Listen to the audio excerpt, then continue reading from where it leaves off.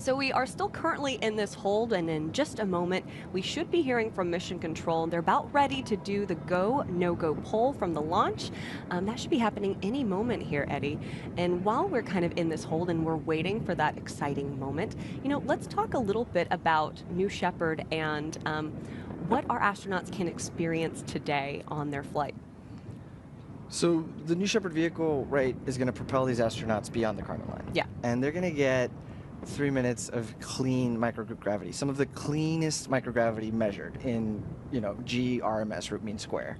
And that enables them to really, enjoy this experience of being in space, viewing space through some of the largest windows that have ever flown in space, and truly experiencing the overview effect. It's something that so many people talk about, and how the overview effect really helps influence the rest of their life and the things that they're able to do right back here on Earth.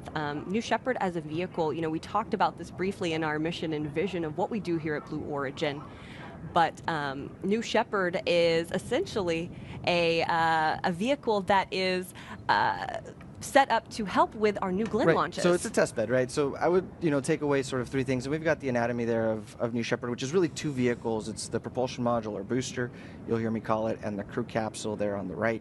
But to your point earlier, Tabitha, this New Shepard vehicle has given us really 3 key advantages. Number 1, we get to practice, launch, land, repeat, and human spaceflight. So we get to hone our skills on operational reusability. Number 2, New Shepard is a test bed, essentially. Right. For example, we installed some guidance, navigation, and control instrumentation for terrain relative navigation for our Blue Moon program on the New Shepard booster. So as the New Shepard booster was performing entry, descent, and landing, we were able to raise the technology readiness level of instrumentation that we're going to use to land on the moon very soon. And then number 3, it's given us the ability to practice with liquid hydrogen. Right.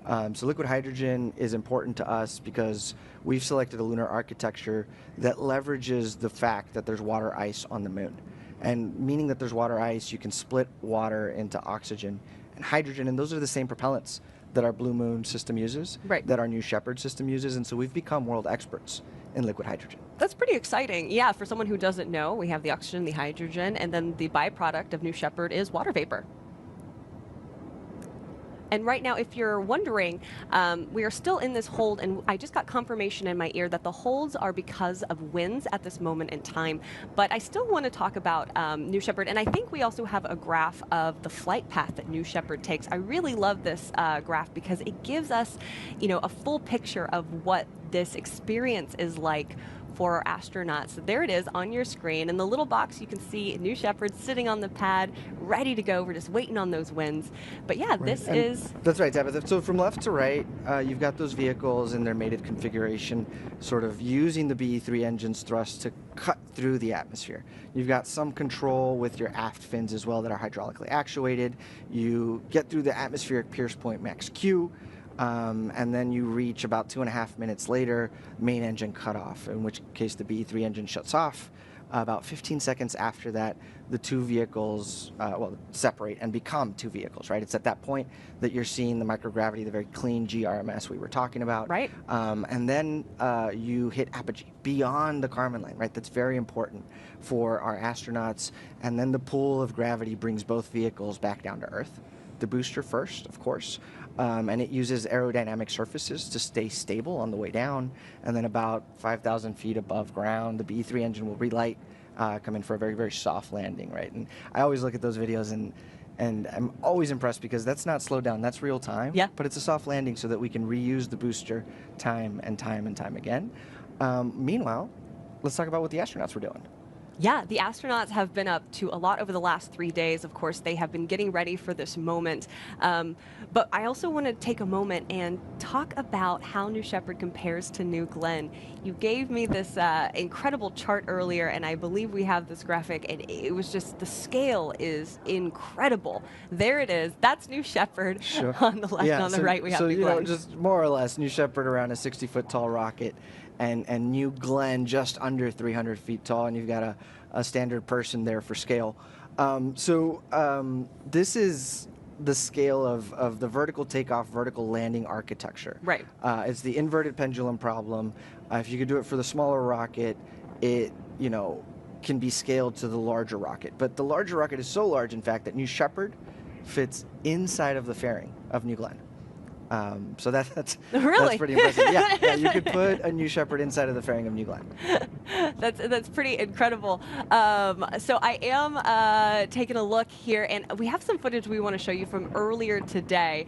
I wanted to show our audience this footage, and this is our astronauts preparing for the day and getting ready to launch, of course. Where we will be spending the next 2 days going through your complete program. That's our Laura Stiles you're hearing there, preparing our astronauts over the last 3 days of training that they have. And for someone who doesn't know, Eddie, can we kind of walk them through what those 3 days are like? What are the systems that they are learning about and what they're kind of practicing and getting ready for on launch day?